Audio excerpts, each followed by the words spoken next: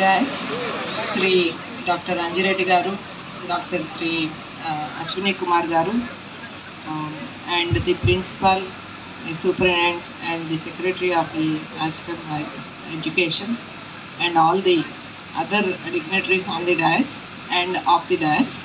So many professors who are known to me are sitting here, and the proud parents and my dear students. So first of all, let me take the opportunity to congratulate all of you for becoming the great, one of the great professionals of the universe, the most prestigious thing and the most revered profession of the humanity is the medical profession. And being a doctor, so we have a special thing in the in the society, special position and the stage which we enjoy in the community or in the society is none other can have it. But the responsibility is, so everybody's life is in our hands. So that is the most responsible position which we have. We are supposed to contribute.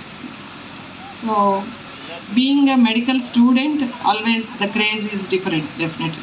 So like when you are a student, your mom and papa would be like every day morning they will be wishing you or sending you to the college, and they will be telling everybody that my daughter is studying in ASRAM or my son is studying somewhere else. So they are doing this PG, post-graduation, like that. So the craze is, as a medico, is totally different. So once you complete the course and you become a wholesome doctor, then the question arises, so what is next? So few students will be having their parents being doctors, will be having their own practice or nursing homes. One will have to establish their own clinics, and one want to go for post-graduation, and one want to go abroad. So like that, every student has their own dreams, and the family also. But the craze will come down. So if you don't get a postgraduate seat, so somebody yesterday they were telling me like some college was asking for a gap certificate for a postgraduate. So like they got a seat and they were asking for a gap certificate. What were you doing in this gap? You passed your MBBS in 2020 and now you are coming for post-graduation. All these 5 years, what you are doing? So this gap certificate they were asking. So fortunately for our profession, so there is nothing like a gap. So there is no retirement also, you know. So when you complete your course and from that day onwards you can practice. So you can treat patients till you, as long as you can. So I was wondering when I spoke to Dr. Ashwini Kumar Garu, so who is like our teacher and also a parent-like figure for all of us. So he was saying, so even now he is doing services, he is giving services to the patients. So not in a clinic, but in some other way. So till the death we can practice. There is no problem as long as we are healthy. So only thing is, so we want to be healthy means, so there is someone who is a good professional who can treat us. So I always wonder if I have a problem, where to go and in which hospital I should admit and which ICU is a perfect one. So sometimes that kind of questions arise. So if you have good knowledge, good discipline and dedication, everything in your student days, that will be there forever. So as a graduate, all these 5 years, definitely you all have done a lot of hard work to get through the exams. But nowadays, students are concentrating only on the exams. So you want to pass, that's all. But clinical skills And so I have seen one girl talking to me. She never touched a patient, you know. So she never touched a patient. So you want everything on simulation. So, but you treat patients in real life, and in another human being and another life. So a alive person you are going to treat. So they are in your hands. That everybody should remember, and for that you require lot of discipline. So from day one of your practice or in your education, so the discipline, if you are disciplined in your life, so automatically everything will set. And the next thing is the dedication to your profession and the management of your time. So if the patient, one doctor told me, if the patient is there, then I will go to my clinic. So why should I wait for the patient? So nowadays patients are not waiting for the doctors. So you have to be there whatever time you are supposed to be there. So if it is 9 o'clock, you be there by 9. Whether you have a patient or not, doesn't matter. So that kind of time management, if you can do, you will be successful both in your professional life and also in your family life. So now you are all alone, and only parents and other, so the family members, your siblings. But once you get married, you will have your own family, your own kids, and the spouse. So you have to dedicate some time to your family also. So you have to be more disciplined and more dedicated, and also you manage your own time. And the next most important thing is the ethics. Already our beloved sir has given you so many good suggestions and advices. But one thing is the ethical way you practice. See, we get more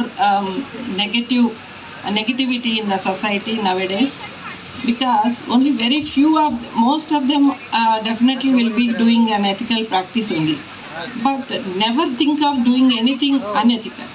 So you should have that honorable living. I always tell everyone, so when you are alone also you have to be covered with clothes, because you are alone, you cannot be naked, you know.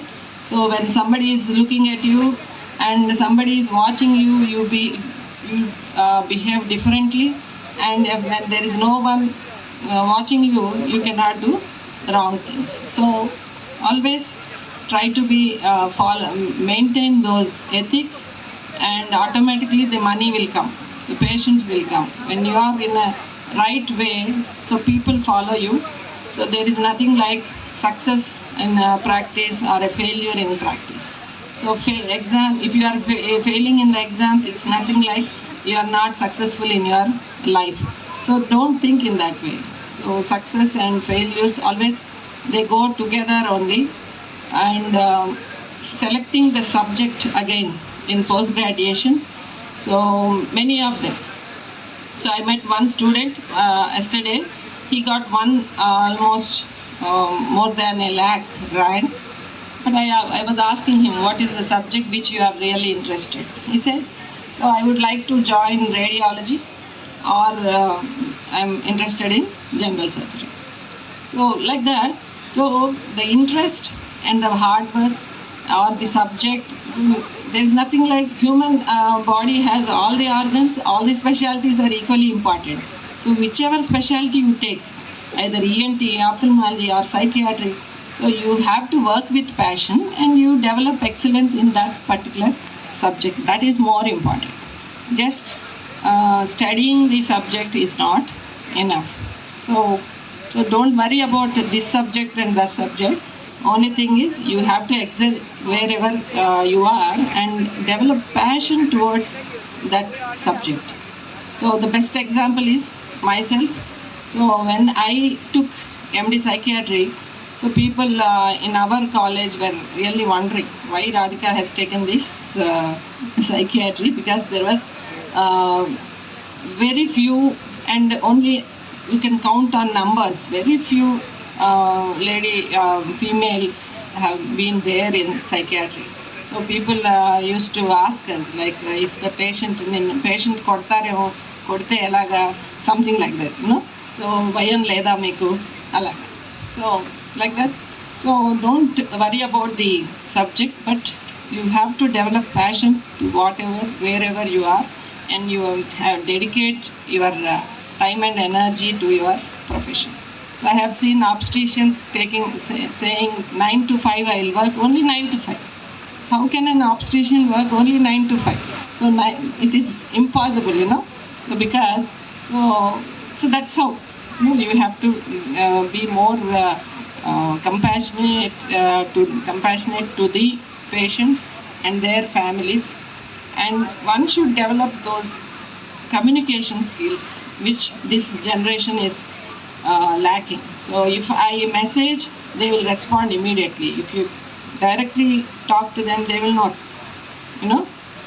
So that is the generation. So you maintain that eye to eye contact and develop good communication, and 50% of the ailment will be recovered with that. So when you talk to the patient, so you talk to them, give some time, you know what they are suffering with and why they have come to you. So there itself they develop confidence that okay, this doctor is good, and they will definitely help me out of this problem. So this kind of communication is very important. Whether the news is good or bad, the way you communicate is important. So if you are pleasant and having all positive emotions towards your clients or the patients, so no hardships will be there, and we will not have that kind of negativity from the society towards our profession. So try to communicate or to cultivate that kind of communication. If you are not doing so, you try to practice that, so that will be very much helpful in your profession. And finally, about your college, so I highly appreciate the way your this ceremony is going on. The grandeur, the richness, and also the pleasantness, everything, the quiet and calm weather also is supporting you. And also, I should also thank the principal and the superintendent. So whenever we give a task, like sometimes from the government side or from our side, we recently in the flood, when the floods have hit our place, the Vijayawada and in and around. So there is lot of social support and support from the college, and the teams have been given immediately as soon as we have asked them.